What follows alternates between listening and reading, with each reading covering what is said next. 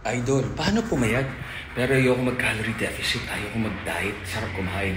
Magandang tanong yan. So, kung kakainin mo lahat ng gusto mo, tapos mag-workout, tatakbo ka, mag-jogging ka, negative pa rin. Magkaka-inflammation ka lang, ma-overtrain ka, tapos tataba ka.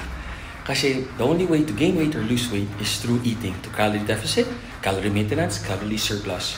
To gain muscle is a different story. Kailangan mo siya stimulate. Resistance training, progressive overload. Ibig sabihin nun, stimulate mo siya through working out with weights, tapos nagpo-progress ka in time with the sets, with the reps, with the rest. And then yung cardio, yung sport na gusto nyo, syempre, progressive rin. Minsan walking, minsan running for heart health. Pero lalo na, kung tutuusin, logically speaking, lalo na kung matanda na tayo, mas maganda yung slow pace walking lang. Good for the joints, good to clear the mind, nakakaalis ng depression. Tapos okay pa, you feel happy and healthy pa. So tama kayo, mali ako, not your doctor. Do our for you, happy, healthy, calorie deficit.